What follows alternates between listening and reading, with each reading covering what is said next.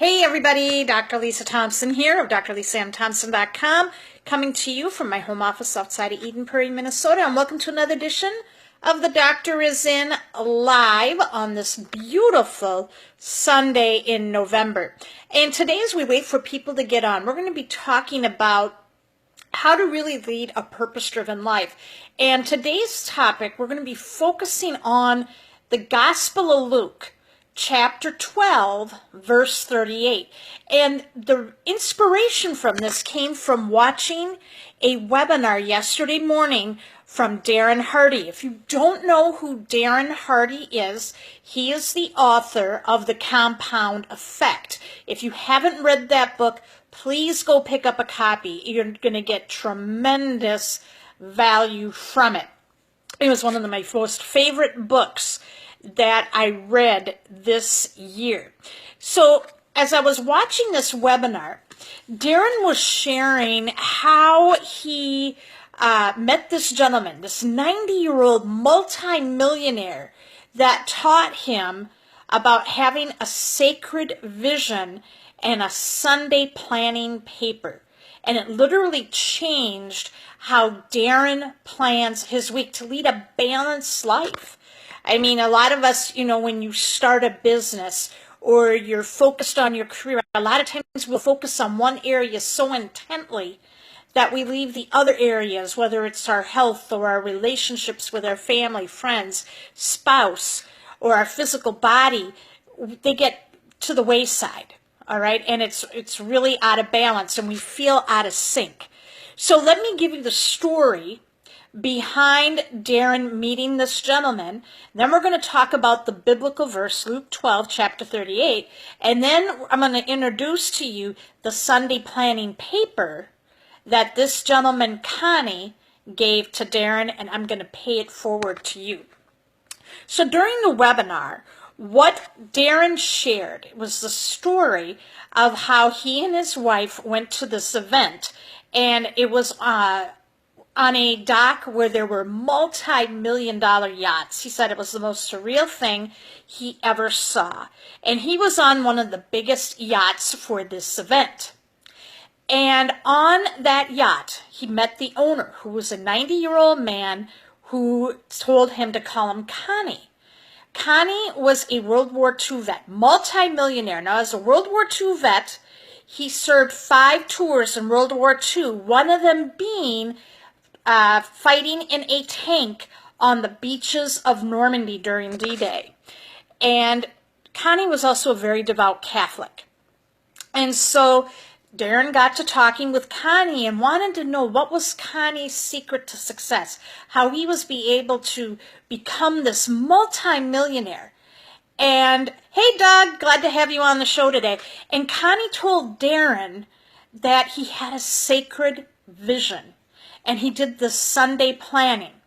And Darren, being someone who loves to interview people, said, tell me more about the sacred vision. And this is where Connie brings up Luke chapter 12, verse 38. So I apologize if I deviate my eyes from the screen here.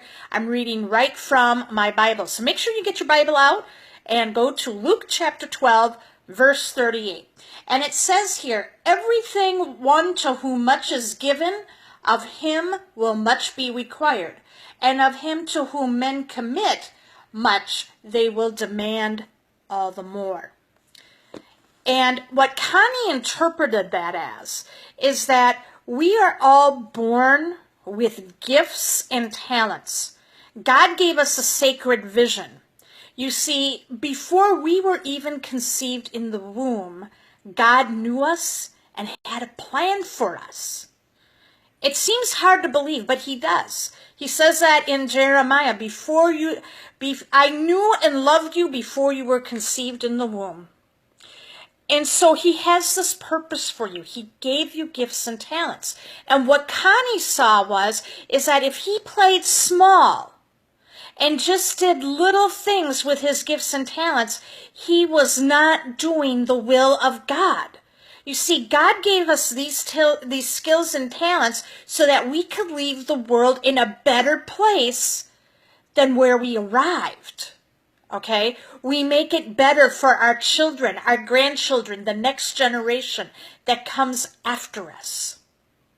So what Connie did is he began a Sunday planning paper where he sat down, and I'm gonna bring up the paper here in just a second, and I want you to see this. It's very simple. It's a simple time management device. I'm gonna bring it up here, and what he did is you have like a quadrant, okay? It says SacredVision, and he had 3 key areas. He had business, he had health and personal well-being, family goals, and then in the bottom right-hand corner was Satan's song. And what he determined was Satan's song or Satan's cry were activities that would pull him away from his sacred vision. And so every Sunday, after he came back from church, he sat down and he filled out his sacred vision for the week. What were the key areas that he had to focus on in his business, in his family life, his health and well-being, that tied in with his sacred vision of what God wanted him to do? And he wrote those musts down, and then he wrote down what were Satan's songs or Satan's distractions that were going to take him away. And he wrote those down because that's part of awareness too. And then he took this piece of paper when he wrote this down, and then he put it in his office where he saw it and he looked at it. Hey, Greg, glad to have you on today's show. And that's what kept him going. You see, a lot of times we may have busy work that we think is part of our purpose or our sacred vision, but it's really not. So some of the questions that were brought up in this webinar is what if you have this sacred vision and you don't accomplish it in your lifetime? That's a really good question, isn't it? You know, you feel like you failed. Let me give you a bit of encouragement from another inspirational lady in my life named Mother Angelica. Mother Angelica was the founder of EWTN. She was a nun, no formal education, no broadcast media experience, and she single-handedly built the largest religious cable network in the world. And right now it's valued at $500 million. She passed away this past spring on Easter Sunday.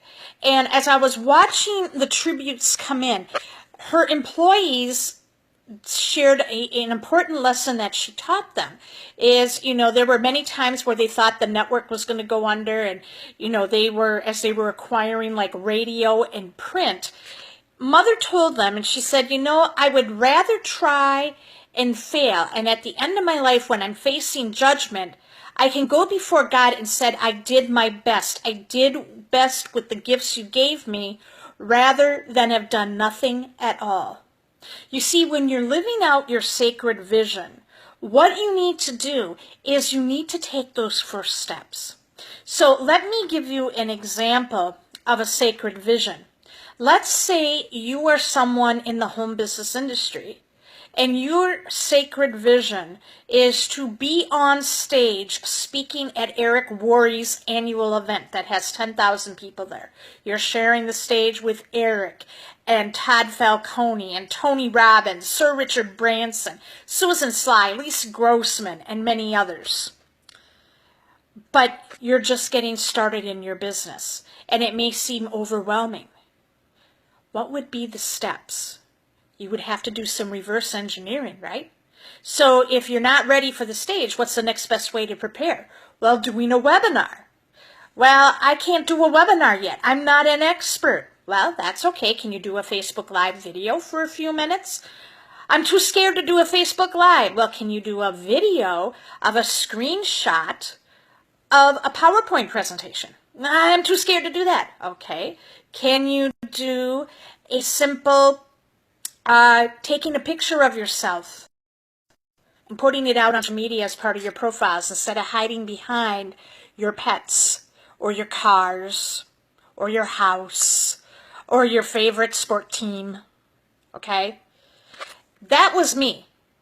When I first got started, I was so camera shy. I didn't like the way I looked. I didn't like the way I sounded. I felt I didn't look the part. But then I had to take that first step. You know, God put a vision in my heart about how I'm going to impact people. I'm a teacher, but I'm not a teacher in the traditional sense, okay? I'm going to be teaching and impacting people's lives on a global scale, giving them their legacies, rediscovering and recapturing their legacies. But I'm going to do it using digital media, and I'm also going to be able to do it from the stage. But 3 years ago, I was too terrified to even show myself on screen. So the first step for me was to put my picture out on social media profiles. And I did that, and I got immense positive feedback. Then I was ready for the next step, which was the next door and window. And I went through it. And then that was recording videos. Now I'm doing Facebook Lives, I do webinars, and it's only a matter of time before I'm on the stage. Not necessarily Eric Worre's stage, but I'm going to be on stage. You can count on that, because I believe that. And I believe that's what my sacred vision is that God put in my heart. All right? So that's what you need to do, is that you're going to have this big sacred vision. Some of you right now who are watching this, you might be doing something that you went to college for, you've been doing it for a number of years, and all of a sudden you're feeling, you know, this is not what I signed up for, okay? Or you're feeling, there's got to be more to life. There's something here that needs to make me feel happy and fulfilled. And when you're getting those feelings, that means you haven't tapped into your sacred purpose, your sacred vision. And here's how you can find it. What you need to do is sit and meditate. You know, if you're going on a run, don't put on, you know, you may want to run for, you know, a few miles or so and not have that music or radio or, you know, your audible book on, all right? And be in the silence and just ask, what is my sacred vision? What are my special talents that were given to me that I can use to create a platform that I can serve people and make the world a better place? Okay, that's the question you need to ask yourself. And once you've found your sacred vision, okay, here's how you know you're going to find it.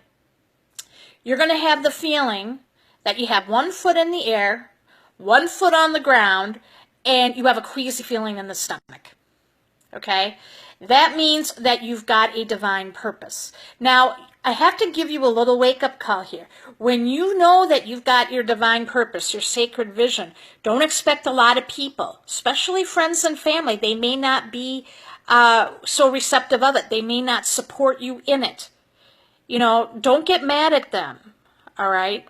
Because sometimes people can't see that vision that you have in front of you. All right. You can look back into the Bible too. Back in the time of Abraham, okay? Abraham, God gave Abraham a vision that he is going to be the father of many nations.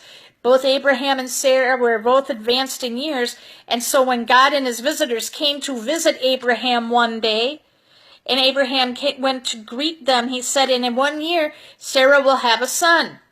Sarah didn't believe in that. She laughed. She thought it was hilarious. A year later, she has a son, and you know what they named him? Isaac. Itzhak. Do you know what that name means in Hebrew? Laughter. You know, when God gives you a sacred vision, guess what happens? It will come to pass. If you believe in it, he will see you through it. You see, our greatest miracles happen in life when we are at our lowest point, when we are at the break, when we've had the big breakdown. Why? Because now we have put ourselves out of the way. We are laid bare. We are humble. Because in the Bible, one of the Beatitudes is, blessed are the meek. Meek doesn't mean weakness. Meekness means you realize you can't do it all by yourself, and you need God with you. That's what meekness means. And I want to close with you a prayer that my mom gave to me back when I was 16 years old. This is a prayer that I pray whenever I'm facing tough challenges. And especially now as I'm going through and doing my sacred purpose, my sacred vision, And it goes like this. Oh God, there is no challenge so great that you and I together can't handle. And that's what I want you to pray for today. What I want you to do today is to sit down, find your sacred vision. What are your talents? And then do what Connie did. Come up with your Sunday paper and start living your sacred vision. Did you get value today? Leave a comment and share. And if you do need help with coming up with your vision, don't be afraid to reach out to me. You can send me a message on Facebook, or you can get on my newsletter at workwithdrlisamthompson.com, and you can send me a mail. You can mail me there, or you can contact me on my blog at drlisamthompson.com, and I will do everything I can to help you with that. So with that said, have a blessed Sunday. Be a blessing to others, and we'll talk to you tomorrow.